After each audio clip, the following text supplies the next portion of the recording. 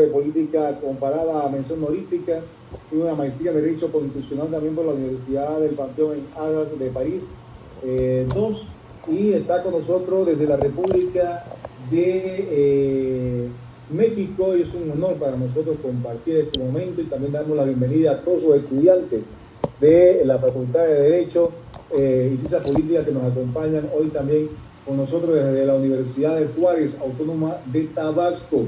Vamos a darle la bienvenida al doctor Alfredo Islas Collins. Adelante, doctor. Buenas noches y bienvenido a la Universidad Autónoma de Chiriquí, acá en Panamá. Saludos. Muy buenas tardes. Me da mucho gusto ser invitado por la Universidad de Chiriquí, Universidad Autónoma de Chiriquí. Pues agradezco mucho la invitación a todas las autoridades, al doctor Henry Einer Isa, que me fue el canal para que yo pudiera pues exponer esta conferencia sobre la argumentación jurídica con enfoque de derechos humanos.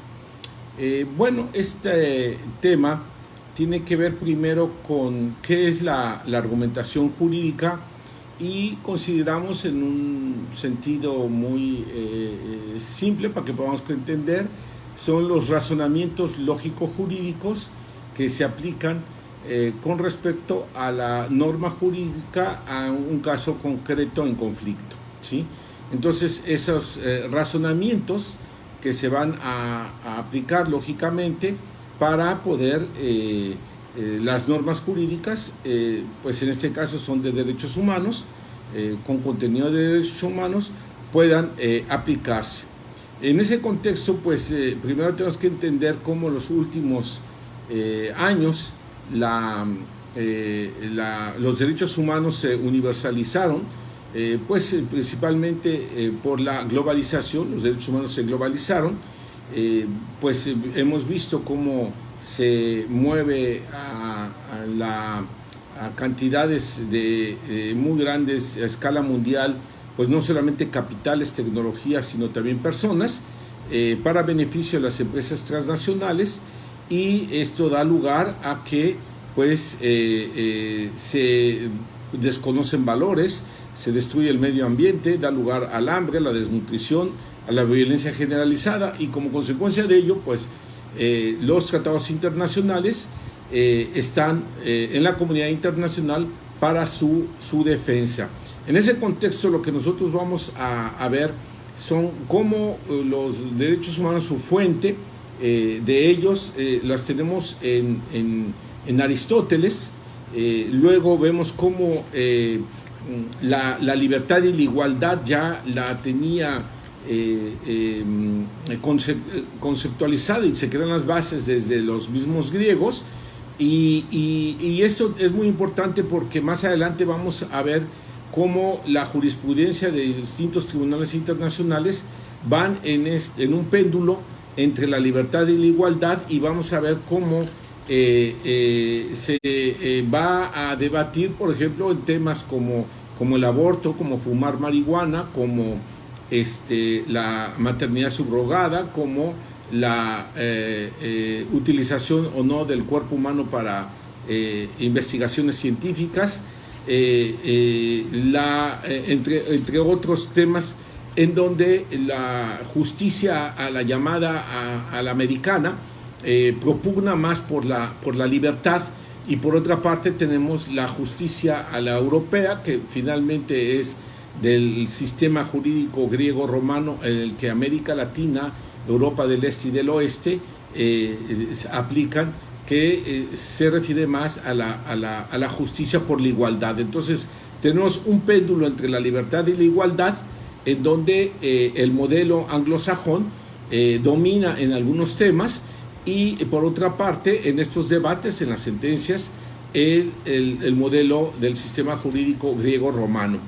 Para ello, el inicio del debate se encuentra con Aristóteles. Aristóteles dice que hay distintos tipos de justicia, y habla de la justicia según, dice, existe la justicia relativa a la equidad, y en esa consiste, en ese tipo de justicia distributiva, señala que pues hay que tratar igual a los iguales y de manera desigual a los desiguales en su misma proporción, ¿sí? Aquí es muy importante ver cómo este tipo de justicia, que será el pilar del sistema jurídico romano, europeo, latinoamericano, siempre propugna por la igualdad, ¿sí? Por la igualdad. Vamos a ver, por otra parte, que Aristóteles habla la justicia según los contratos, esto es, según la voluntad de las partes. Y esto se puede reducir en el principio de pacta sunt servanda, que son la voluntad de las partes, son la suprema ley de ellos. Este tipo de justicia, la justicia, se fue retomado por los dos sistemas jurídicos. Por una parte, el sistema jurídico griego-romano, que retoma el sistema de justicia distributiva de Aristóteles, en donde dice darle cada quien lo que le corresponde, y cuando en la Corpus Juris Civilis se refiere a lo que es el derecho, dice que es una voluntad constante y perpetua de darle a cada quien lo que le corresponde. Esto es el otro, el igual, ¿sí? Cada quien lo que le corresponde. Y dice, los preceptos del derecho son vivir honestamente, esto es no dañar al otro, es decir, siempre ver al otro, ¿sí? Y también darle a cada quien lo que le corresponde a las personas y vivir honestamente, no causar daño. Esto se plasmó, este tipo de principios, en el Corpus Juris Civilis, que fue la base del sistema romano y que llegó todavía hasta nosotros en las pandectas, antes de la misma conquista, antes de la independencia. Por otra parte, tenemos el sistema del pacta sunt servanda, que es el de la libertad, que los norteamericanos, con Thomas Paine, en donde señala que un libro, un folleto que creo que se llamó sobre el sentido común, que se refiere a que para ser libre, para que una persona existiera realmente como persona, requiere que sea libre. Y entonces se exaltó la figura de la libertad al grado de que el mismo Emmanuel Kant, en su libro sobre la Ilustración, dijo que la Ilustración es la liberación del hombre, y entonces se da un efecto muy grande a la libertad. En lo mismo con el caso John Stuart Mill, en donde habla sobre la libertad y dice que es la independencia absoluta del mismo Estado. Estos conceptos van a estar impregnados en la Constitución de Virginia, en los Estados Unidos, y en la de Virginia y luego en la de los Estados Unidos. Son la base. No es lo mismo la libertad en la Declaración de los Derechos del Hombre y del Ciudadano, que tiene otra filosofía, Montesquieu, enciclopedistas, en donde el Corpus Juris Civilis, en donde habla de la igualdad. Bueno, visto esto de manera así muy rápido, entonces voy a referirme a algunos casos muy importantes que tienen que ver. Estos otros casos, antes quiero hacer referencia también a principios que ayudan a entender cómo para el sistema griego-romano los derechos humanos son irrenunciables.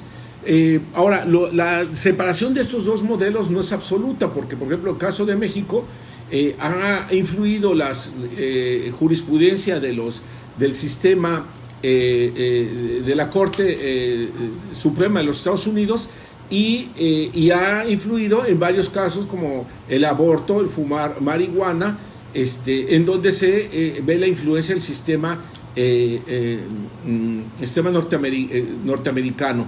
Y no es absoluto, pero es la influencia que están realizando muy poderosa sobre los demás países. Si vemos, por ejemplo, el caso de que para el sistema griego-romano los derechos humanos no se puede renunciar, pero, por ejemplo, la Corte Europea de Derechos Humanos, en el caso de Derechos Humanos versus República, en 2007, se trataba de gitanos que no entendían muy bien la lengua y les pasaban unos formularios y aparentemente renunciaban a que sus hijos acudieran a una escuela normal. Ellos eran migrantes y acudían a una escuela normal, y entonces al renunciar a los derechos los ponían en escuelas para personas con retraso mental. Entonces Francia alegaba que ellos habían renunciado a ese derecho, y la Corte Europea resolvió que no tenían suficiente conocimiento, pero lo que da a entender es que si hubieran tenido suficiente conocimiento sobre lo que estaban renunciando, y de manera indubitable sí se hubiera aceptado la renuncia del derecho. Bueno, vamos a ver un debate muy grande que hay a nivel mundial, en donde se trata por una parte de la indisponibilidad del cuerpo humano y por otra parte el derecho a la autodeterminación de la persona humana. La indisponibilidad del cuerpo humano la sostiene las escuelas griegos romanos, el sistema jurídico romano, griego, europeo y latinoamericano, como modelo, porque luego hay influencias en el otro, que es el sistema del derecho a la determinación de la persona, en donde se sostiene por el sistema anglosajón. Y así vemos, por ejemplo, para disponerle a la vida, se señala que en el caso del aborto, las mujeres en el sistema anglosajón tienen libertad de su cuerpo. Y vemos que los alemanes, los franceses, han sostenido que la vida comienza desde la concepción, y por lo tanto entonces no se puede decir que no hay vida humana. Se puede decir que hay vida humana después de la concepción, en el caso del sistema griego-romano, como es Alemania, como es Francia, y ahí vemos, por ejemplo, cómo entonces en los Estados Unidos se habla de una libertad de las mujeres sobre el cuerpo, y en el caso del sistema griego-romano hablan del otro, es decir, el producto de la concepción es una persona que hay que respetarlo, y vemos ahí la influencia del modelo. Por otra parte tenemos el caso de la muerte digna, en donde se dispone de la vida, o la eutanasia, se dispone de la vida en el sistema, estoy hablando en manera general, ¿no? En el sistema anglosajón se prevé que las personas puedan disponer de su vida. En el sistema griego-romano no. Por ejemplo, cuando llegó a la Corte Europea el caso de una persona que estaba pues muy mal, y que no había en ese momento los medicamentos para poder curar a esa persona, resulta que los familiares pensaban que deberían de quitársele lo que estaban sosteniendo en vida a esa persona, y llega a la Corte Europea el asunto, y dice la Corte Europea, es que el derecho a la muerte tiene que estar en un tratado, y no, díganme en qué tratado está, no está. Y entonces dice, esa persona tiene vida, no pueden disponer la vida.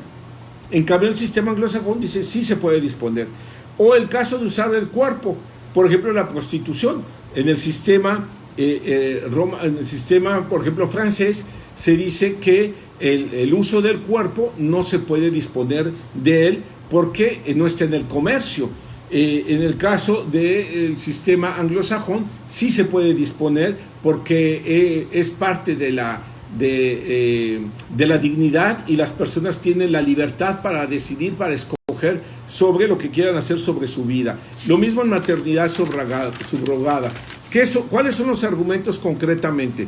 Bueno, la Corte Europea, en el caso Kansas, Estados Unidos, ha sostenido, por ejemplo, la Corte Suprema de los Estados Unidos, que las personas, para el caso de la autodeterminación del cuerpo, han sostenido que es decir, que pueden disponer del cuerpo, dice la Corte Suprema, porque es una decisión de las personas, y eso tiene raíces en el common law.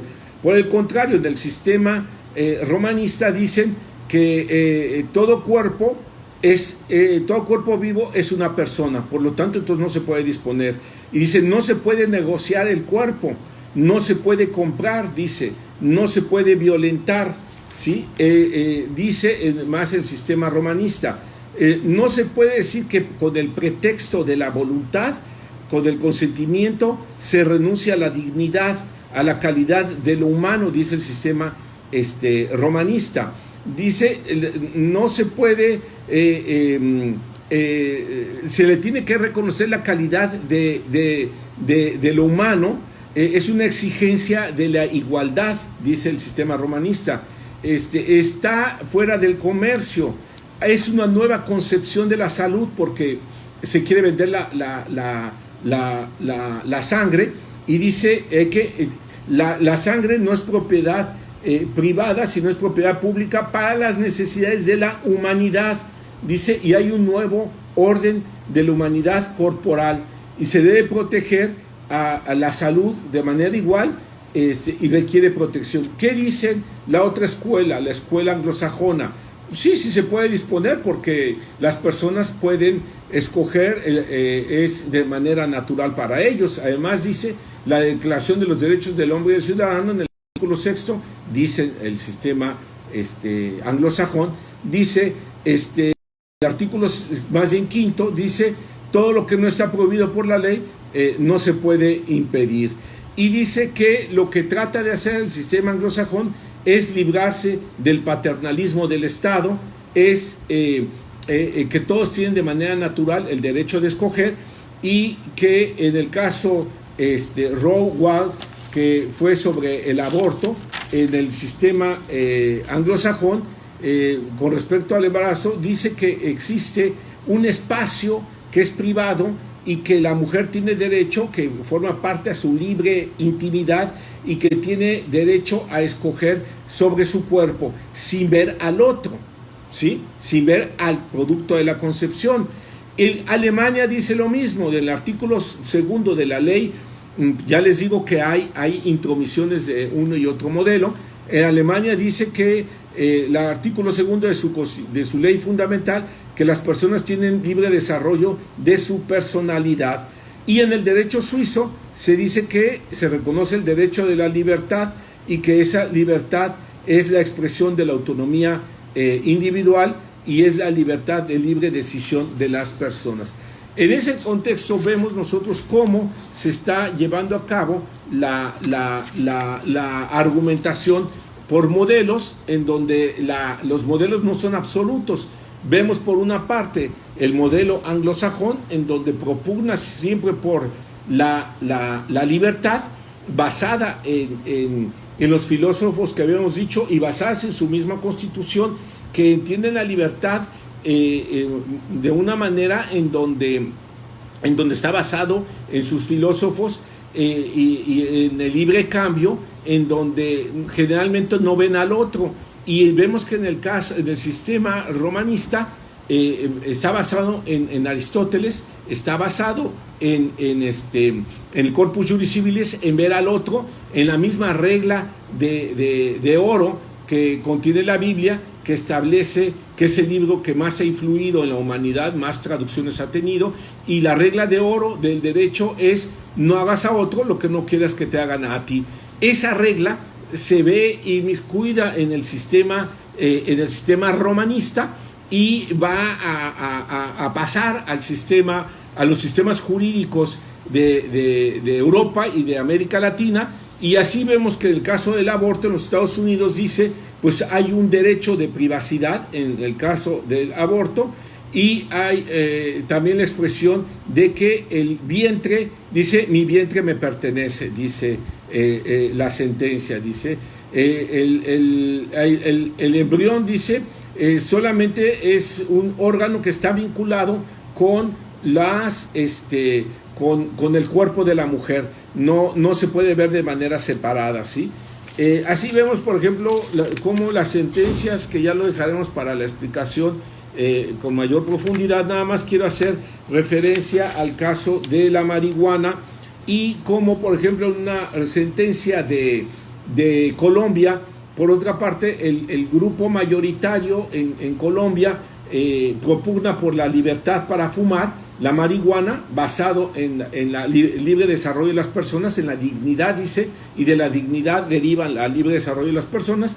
Y por otra parte, el voto de la minoría dice que fumar marihuana es en contrario a la salud, a la dignidad, a la igualdad y al interés público. Y nada más diré algunos argumentos que utiliza la mayoría de Colombia basado en el sistema anglosajón. Dice que todo lo que atañe a la persona, que la persona, ella debe de decidir sobre su propia existencia y que por lo tanto entonces ella debe de decidir en eso que nada más le corresponde a ella, y el Estado no tiene por qué meterse. Es dueño de su vida y a fortiori tienen la libertad de cuidar o no de su salud. Eso si ellos quieren lo pueden hacer, aunque sea en contra de su salud. Y es una libertad, dice, democrática, no autoritaria y menos totalitaria. ¿Y qué dice los romanistas de la minoría en Colombia? Dice, eso es libertinaje. Dice, es hacer que se que lo que están hablando es de una libertad irracional. Es la razón humana, es para ellos, para estos que hablan de la libertad, la razón humana es la suprema ley del hombre. Eso mismo decía Kant y Stuart Mill, pero no puede ser la voluntad suprema porque existen temas de interés común, que es la salud.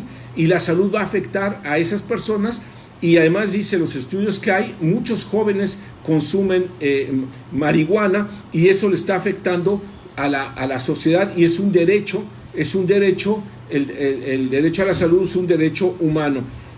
Hasta ahí lo dejo solamente para que podamos, y bueno, solamente que nunca, desde el derecho romano, nunca la libertad puede estar subordinada, el derecho individual puede estar subordinado al interés general. Desde los romanos, por eso crearon, a diferencia del sistema anglosajón, por eso crearon las reglas del derecho público y del derecho privado. Y dice el Corpus Juris, las reglas del derecho público están por encima del derecho privado, porque interesa más a la comunidad. Y eso mismo lo sostiene Rousseau y está basado en el principio de igualdad.